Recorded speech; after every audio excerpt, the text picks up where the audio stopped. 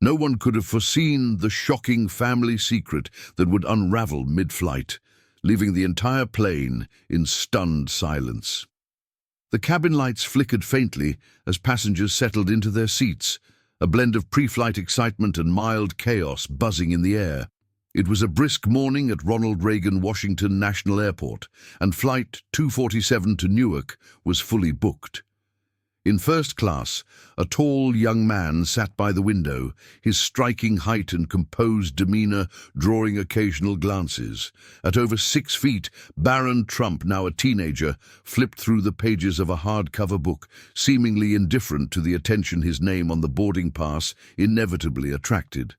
Meanwhile, across the aisle in economy, an elderly man with neatly combed silver hair shuffled into his seat, his deliberate movements reflecting the wear of his years. Separated by class, yet bound by an invisible thread of fate, their presence on the same flight would soon reveal a truth no one could have anticipated. Clutching his boarding pass and an aged leather duffel, the elderly man moved through the aisle, his military jacket adorned with faded patches and medals, silently speaking of service and sacrifice. Passengers exchanged glances, some whispering about his past, others admiring the quiet dignity in his stride. He settled into a seat near the rear of the plane, wedged between a talkative businessman and a restless toddler. As flight attendants hurried through the cabin, ensuring everyone was ready for takeoff, a subtle tension began to build. The veteran had become visibly distressed, insisting on a different seat. Apologizing for the disruption, he tried to explain, his voice calm but edged with unease. The commotion caught Barron Trump's attention from his comfortable first-class seat. He looked up from his book, his sharp eyes fixed on the scene unfolding at the back of the plane. Barron Trump leaned slightly into the aisle, his brows knitting in thought. Without hesitation, he pressed the call button. When the flight attendant arrived, he spoke softly. "Excuse me, can I switch seats with the gentleman in the military jacket?" The attendant blinked, momentarily stunned. Passengers in first class looked up from their newspapers and tablets, curiosity flickering in their eyes. The offer was unexpected, a stark contrast to a world where privilege often went unquestioned. But Barron's earnest expression and firm tone left no room for debate. "Let me check," the attendant replied, her voice tinged with surprise as she moved toward the rear. Barron stood, calmly gathering his carry-on, ready to trade his comfort for a gesture of quiet respect. Murmurs spread through first class as a woman across the aisle leaned toward Barron. "You don't have to do that, you know. You paid for this seat," she said, her tone tinged with confusion. Barron smiled and shrugged. "Some people deserve it more," he replied simply. Moments later, the flight attendant returned, her expression a mix of curiosity and admiration. "He said he'd be happy to switch," she informed Barron, her voice carrying a slight tremble. It wasn't every day someone willingly gave up a first-class seat, let alone a teenager whose name turned heads. Barron nodded politely, slinging his bag over his shoulder. What happened next would transform the atmosphere of the entire flight. As Barron made his way down the narrow aisle, passengers whispered, some nudging each other in disbelief, a few discreetly snapping photos. He seemed unfazed, his focus fixed solely on the elderly man seated near the back. When Barron arrived, the veteran looked up, his expression a mix of confusion and surprise. "Are you sure, young man?" he asked, his voice weathered but steady. "You don't have to do this for me." "I want to," Barron replied, extending his hand. "Thank you for your service. Please, take my seat." The man hesitated, as if wrestling with whether to accept the unexpected gesture, but the sincerity in Barron's eyes was unmistakable. Slowly, with quiet gratitude, the veteran stood. The veteran shook Barron's hand firmly. "Well, thank you. That's mighty kind of you," he said, his voice filled with gratitude. As the veteran made his way to first class, the murmurs among passengers intensified. A young mother in row 15 leaned toward her teenage daughter. "Did you see that? He just gave up his seat," she whispered. The businessman seated next to Barron raised an eyebrow. "Never seen anything like that on a flight," he muttered, half to himself. Barron slid into the now vacant economy seat, adjusting his tall frame to the tighter space with ease. Ignoring the scattered stares from fellow passengers, he seemed entirely unbothered. A flight attendant passed by and discreetly asked if he needed anything, but Barron simply shook his head and reopened his book. The veteran settled into the plush first-class seat, visibly moved by the unexpected act of kindness. Adjusting the armrest, his hands trembled slightly as he took in the comfort surrounding him. A flight attendant approached, offering a complimentary drink and a warm blanket. "The young man said you should have this seat," she explained softly. The veteran smiled faintly, his voice low but full of emotion. "It's been years since I've been treated like this," he murmured. He glanced back toward the economy section, where Barron Trump now sat calmly, engrossed in his book. The gesture had been simple in execution, yet monumental in meaning. A collective hush fell over the cabin as the tension of boarding gave way to quiet awe. As the plane taxied onto the runway and lifted into the air, passengers felt a shift, unaware that this small act of kindness would soon take an extraordinary turn. No one could have predicted what would happen next. As the flight reached cruising altitude, the gentle hum of the engines filled the cabin. Flight attendants moved through the aisles with drinks and snacks, but the atmosphere was far from routine. Passengers couldn't help but glance between Barron Trump, seated quietly in economy, and the elderly veteran now settled in first class. Whispers of admiration rippled through the plane, but the story was just beginning. The veteran sat silently at first, sipping his water and gazing out the window. His hands rested on his lap, a faint tremor visible. Then, as if the weight of the moment had become too much to bear, he turned to the passenger next to him, a middle-aged woman with kind, attentive eyes. "I have to say something," he began, his voice soft but steady. The woman looked at him curiously. Adjusting the Purple Heart pin on his lapel, he sighed deeply. "That young man, his family saved my life." The woman blinked, surprised. "What do you mean?" she asked softly. The veteran leaned back, his voice steadying as he began his story. "It was decades ago during the Vietnam War. I was stationed overseas, far from home, with no family support. I was injured badly, shot twice in the leg. When I finally got stateside, I was lost. No direction, no purpose, nothing." His voice faltered for a moment, but he pressed on. "I ended up in New York, trying to rebuild my life. I didn't have a place to stay, barely enough money for food. One day, outside a diner, I ran into a man who saw me struggling. He didn't just hand me $1 and walk away. He sat with me, listened to my story. That man was Donald Trump's father, Fred." The woman's eyes widened, and nearby passengers, subtly eavesdropping, leaned in closer. "Fred Trump?" the woman asked, her voice tinged with disbelief. The veteran nodded, his expression wistful. "Yes, he didn't owe me a thing, but he made sure I had a roof over my head and a job to get back on my feet. He never asked for anything in return. He just told me, 'You served this country, it's the least we can do.'" I'll never forget those words. By now, the conversation had drawn the attention of several passengers in first class, and the story rippled through the cabin. The veteran's voice grew stronger, his eyes misting with gratitude. "I always wanted to thank his family, but I never got the chance. Life moved on, and I thought that moment was lost forever.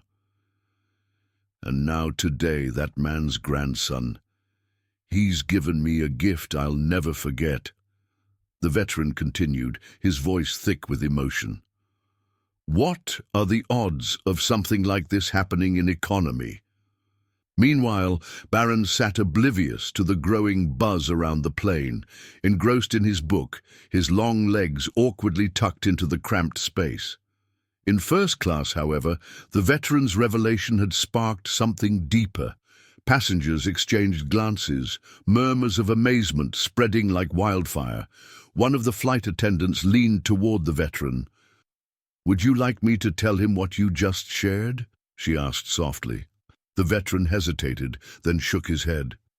"No, not yet. Let the boy have his peace. He doesn't need to know how much this means to me. Not right now." The passengers couldn't contain their astonishment. What had started as a simple act of kindness now carried a sense of destiny, as if the universe had aligned for this moment. Then, something even more remarkable happened. The veteran sat quietly, his story hanging in the air like an unspoken challenge. Nearby, passengers exchanged glances, some leaning in closer to share their thoughts in hushed tones. The flight had transformed from a routine journey into something far more profound. It was the man seated directly across from the veteran who broke the silence. In his early 40s, with a tired but approachable face, he spoke up. "I'm sorry to interrupt," he said, his voice steady, yet tinged with emotion. "But I think I have something to add." "But your story really hit home," the man continued, his voice growing more emotional. "My grandfather served in Vietnam too. He used to talk about how much it meant when people back home cared enough to help. Hearing what Fred Trump did for you, well, that's rare. Too rare." The veteran nodded, a faint smile curling his lips. "It's the little things, son. People don't realize how far a small act of kindness can go. Back then, I thought my life was over, but that man's generosity gave me a second chance." Across the aisle, a young mother cradling a sleeping toddler in her arms spoke up. "You know, my dad used to say the same thing. He wasn't a veteran, but he always told me that when someone lifts you up—" She trailed off, her voice filled with warmth. "Even just a little, you pass it on. It's like a chain reaction," the young mother said. "What Barron did today, it's proof that kindness still matters." The veteran's eyes softened as he listened. It's true, and it's not just about big gestures. Sometimes, just being seen, being acknowledged, can change everything.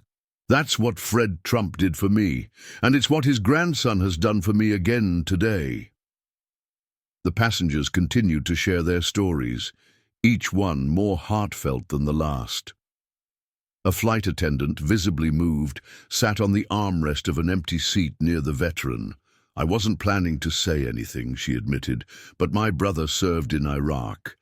He didn't talk much about it, but when he came home, he told me that the people who stopped to thank him or helped him out in small ways, those were the moments that stuck with him," the flight attendant continued.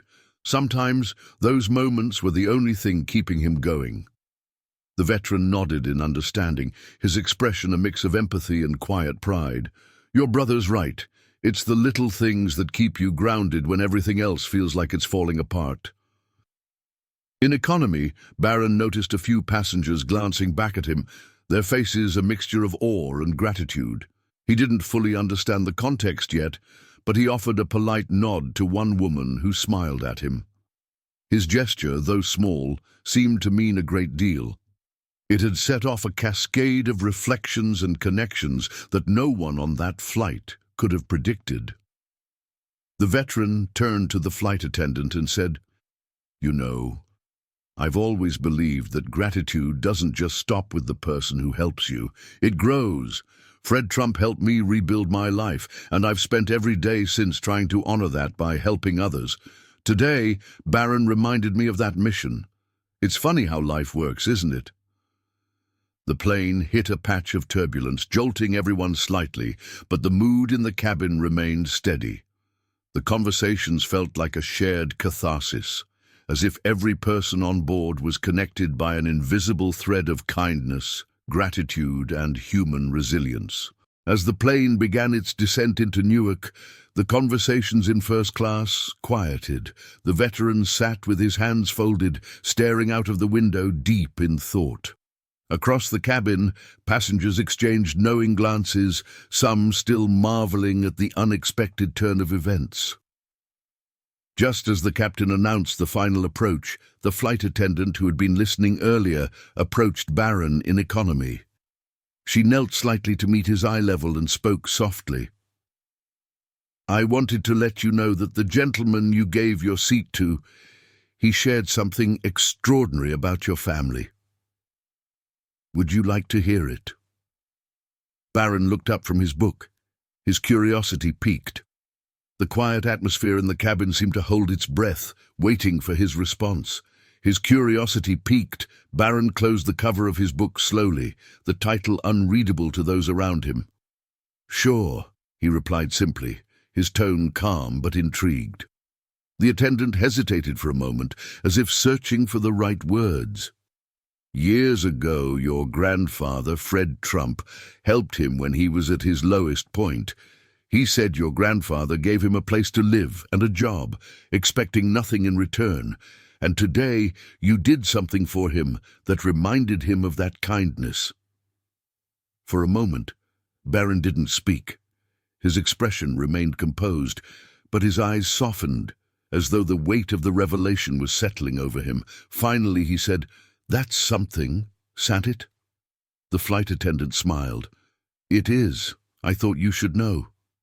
As the plane touched down, the veteran stood preparing to disembark. To everyone's surprise, he walked directly to the economy section, his eyes scanning the rows until they landed on Barron.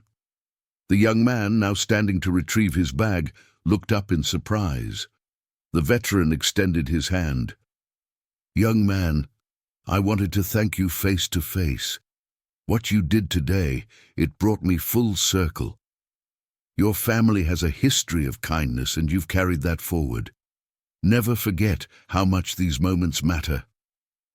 Barron shook his hand firmly, his voice steady but quiet.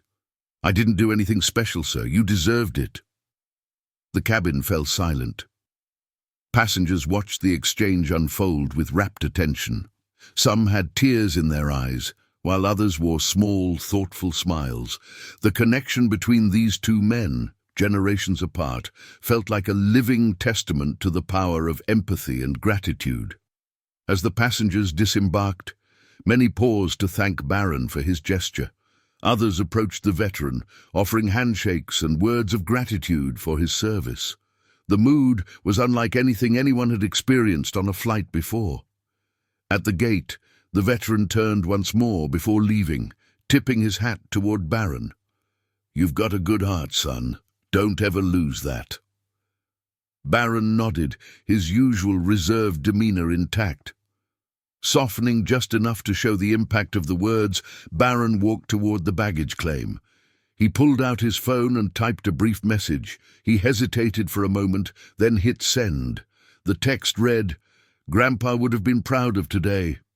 This story is a reminder of how one small act of kindness can ripple far beyond its moment, connecting people in ways we never anticipate. Kindness, gratitude, and empathy, these are the values that transcend time and place, creating bonds that endure.